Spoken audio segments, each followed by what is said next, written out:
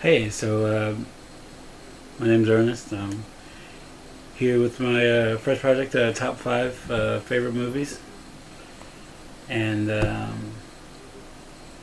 yeah, there's different reasons I picked for different ones, whether it be the cinematography, character development, growth, pacing. Characters are a big part of what uh, what's important for me as far as like growing the story and everything. Um, and yeah, just some that have just really just mean a lot and really just put a smile on my face. Like, you go to stardom and it's just, yeah, this is gonna be fun. You know what I mean? So yeah, here we go. Um, and no real order. Just some of my favorites. For one is going to be Dark Knight, of course. You can't really start have a top list without this movie. The characters are relatable. Choices are understandable. You can go through the script, you can go through the film, and if you look at it from different perspectives, whether it be the Joker, Gordon, Harvey Dent, uh, Rachel, Batman, like however you look at the story, you can see how their choices make sense and where they're going, where they're coming from. Um, Obviously, with this choice, you can't go without mentioning Heath Ledger's Joker is just iconic. It's like it's a role of a lifetime. Like there's not really more or less to be said. Every time I see it, you can see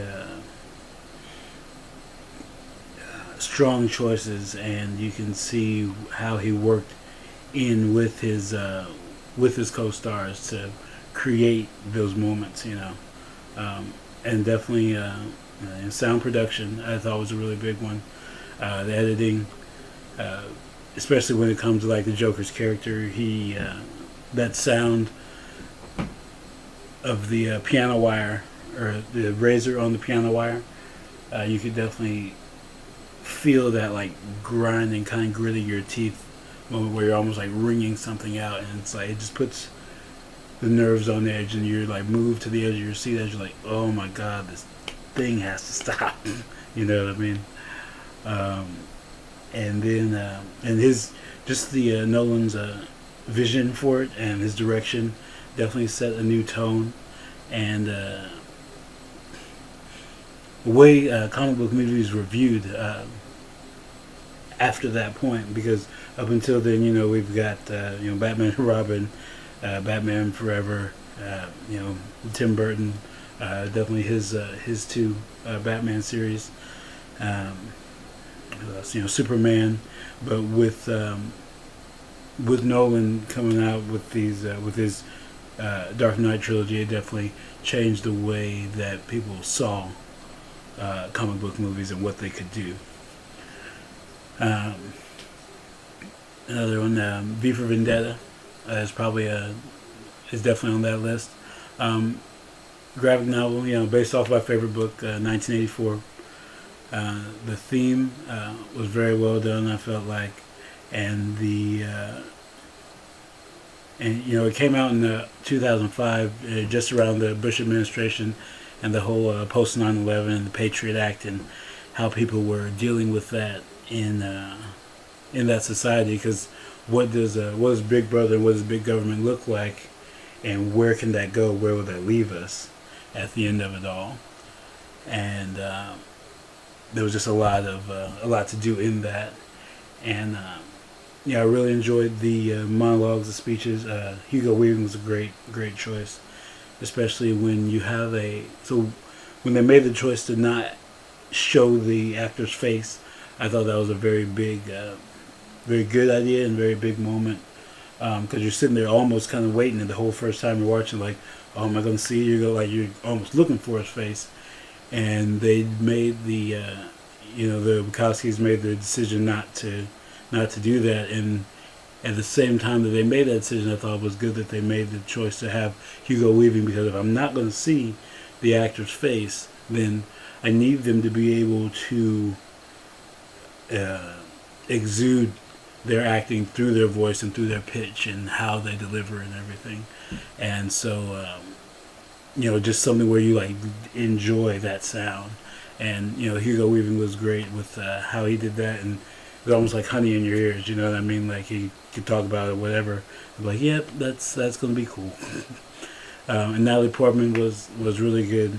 She, especially her scene in the torture scene, kind of with V in it, that she really portrayed that, just that like what that brokenness does, and how you move through that and from that. Like, what do you do? Like, what does the world look like after that?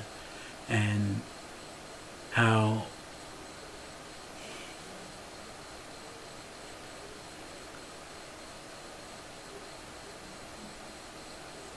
just the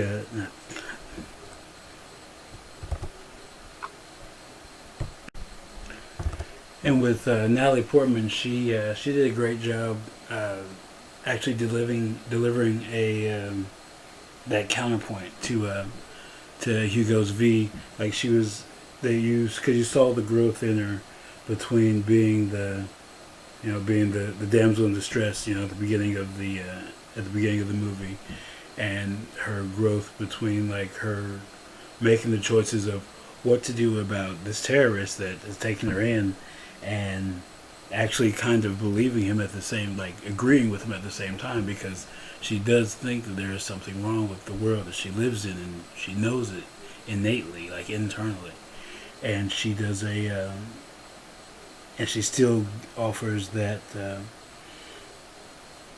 tenacity, and she shows the growth, because we're going through the story with her and how we're going to react to all of this, and what would you do if this was happening. Like, she offers a very human perspective on how we interpret and how we react to societal and classist change in our world. One thing I thought was a lot of fun was the fight choreography with the movie was great. The way they set up the slow motion shots going into the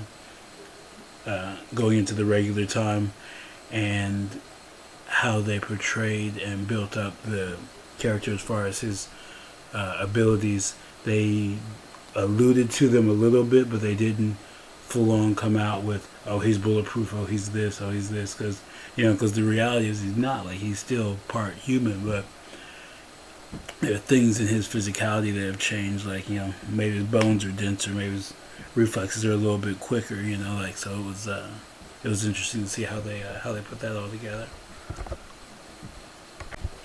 And with the slow motion of it, they had it was a lot easier to follow when you're trying to go from this shot to this shot. Like, you have where he's in front of all these different assailants, and they all just let loose on him. Bullet, bullet, bullet, bullet. And then, it's his turn. He comes out, and you see his connection with each one. He's like, and 2 blades for that, and using the bullet time lets you have the time to have the visual storytelling to take in this attack, this attack, this attack, this attack, and where it's not so jumbled, and you just end up with him standing in front of Creedy holding his neck, and he's like, "Why won't you die?" Like, because we could have went through that scene literally in a minute and a half, and it ended up being 4 minutes. So it was definitely a lot. You got to feel each one, and it definitely comes across a lot better. Like, with other ones that fight scenes we've seen with people like Michael Bay, and just having a jumble of everything on screen. Like, oh yeah, did you see that? Like, thanks, I kind of didn't, but whatever. I guess it was cool. All right, Scott Pilgrim versus the World. Now this one, it was definitely so much fun for me. Like, every time I turned on, I was like, okay, we're gonna have fun here. You can kind of pick that up from the very first scene. Even when the movie started, and like you got the Universal sign coming through and the 8-bit sound, and you're like, okay, like, this is going to be steeped very much in like gaming and pop culture. Um, and directed by Edgar Wright. I'm going to really enjoy his style, the flash cuts, walking you in and out of scenes. And he's like, she's like, "Where are you playing?" He's like, "Yeah, we're playing tonight at the New Rocket." And they show the scene, show the sign of the actual club, and cut away from him talking, and a lot of the way he builds those is very fluid, and it kind of walks your eye and walks your brain through the storytelling process and like the storyboarding of it all and how it will be laid out. So it was definitely really fun, and the graphics they use going in and out of scenes, the P bar, and we get the Zelda sound coming into the dream scene. It's just a lot of fun. A lot of callbacks to a lot of different things. The Pac-Man scene with that opening scene with Ramona, and it's just a lot of fun. The music definitely builds a lot and moves you through the story at a really good pace. It starts to fall off a little bit after he dies, and you're kind of like getting through it. And they even and it's very like meta because they're making jokes about how they're back in the scene again. He's like, "Yeah, I think it was much better the first time." You know what I mean? And a lot of different like inside jokes, kind of with the script, where he's talking about how he had to get all the contacts for the secret 7 Evil X's, and how it took 2 hours for him to do. Different visual shots, a lot like the X's that are on the ring or going down the street. You see 1, 2, 3, 4, 5 because he's already beaten 2, and now this is how many he's got left. And he's got those X's. He takes the X. He's got the X on his the X-Men tab on his shoulder, and just a lot of fun digs and callbacks to. I mean, a lot of nostalgia essentially, and the game's a lot of fun. It's just really good to just a good time. Got Michael Cera. Superbad was absolutely hilarious, and Nick and Nora was just a lot of fun. Mary Elizabeth Winstead being Ramona, like she's really good at and like bring you in, like those eyes, like they draw you in, man. It's it's fun to see.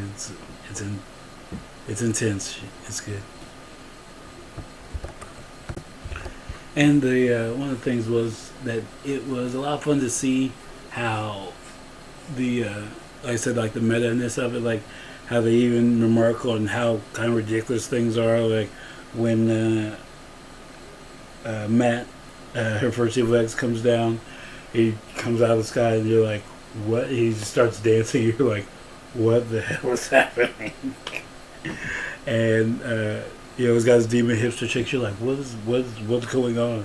And then they just start fighting, and you're like, "Oh, okay, it's gonna be this kind of ride." Like, absolutely absurd, but you're gonna have a good time the whole way through. So strap in, enjoy, grab yourself a bite because we're gonna be here for a minute. Alright, so next we have Infinity War and Endgame. Had a hard time working these into separate movies. They're just great. Like, it was a culmination of 10 years, 20 movies, and I couldn't I couldn't ask for anything more when I was done. Like, it was just the pacing. Like, one thing that really stuck out to me was the pacing in Infinity War. Every time I was looking for a character, they were right there. Like, that was the next scene we're walking into, and it was like, thank you. And the setup and the payoff, just with all these different threads and everything they had to do to work that in, it was just thank you so much. Like, what was it? The thread with the hammer, which, I mean, everyone talks about that scene because it's literally, I couldn't stop. You can't stop smiling. This is just going to be that great.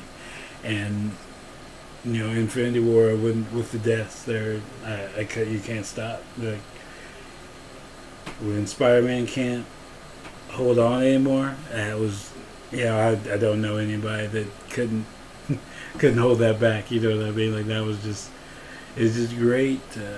People that really, you can tell when people really know the characters they're working with, and it's great when they set out at the beginning, knowing the story that they want to tell, and that's something that I wish had happened with like Star Wars with the 7, 8, and 9 episodes.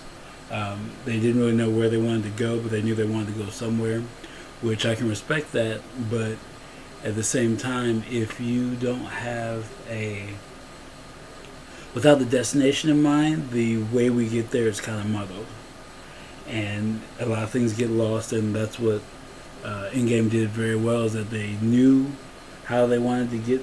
They knew that what they wanted to get to. They weren't exactly sure how they were going to get there, but they knew where they wanted to go, and they were able to grow. We could watch the character growth and the team dynamics grow as they grew and we grew with them. Like you could see how Tony and Cap started to look at each other and respect each other, and the things that they lost, the things that they gained between their friendship and their leadership and their teamwork, and it's just putting them all together. I mean, when he said when Falcon came back with "On Your Left," it was everybody was like, this is why I'm here. This is exactly why I'm here. The planning and execution were just paramount, and you could definitely see that as their focus and their goal, and they were able to be able to make better story structure and character growth with that, because those goals were so important and they're so focused on them.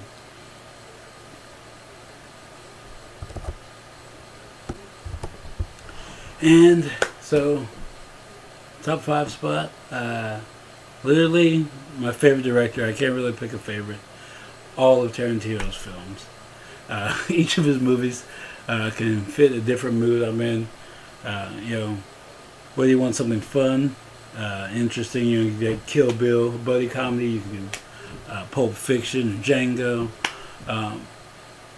You want a story that shows enemies growing into friends, Hateful Eight, heist movie, Reservoir Dogs, revenge fantasy, Django, Inglourious Bastards, Death Proof, Kill Bill. His characters, his dialogue, definitely made him a household name throughout his entire career. His action and violence have made him niche and really a cult leader. And you definitely know that you're going to get some good. You're going to get great dialogue with all of his movies. You're going to get great character growth and direct objectives with each of his characters. They all have a goal. They all have a thing they want. They all have something they're working towards. And the world outside still affects them, because we all have plans and goals and wants, but yet and still the world still imposes things, and he weaves those in very well.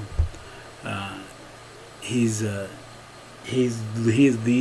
cult classic of our time, and whether it's going to be Death Proof, Once Upon a Time in Hollywood, Hateful Eight, Coffee, Pulp Fiction, Django, you name it, throw him up there. This guy's been a genius from day one, Reservoir Dogs, and I can't wait to see what number 10 is going to be for him. He says he'll retire after 10. Hopefully that means maybe just directing, because his writing is tops most of the list when it comes to everything, including the Academy. The best original screenplays 9 times out of 10 go into his hands, and can't wait to see what his next one's going to be. Thank you all for watching very much. My name's Ernest, and this has been my top 5.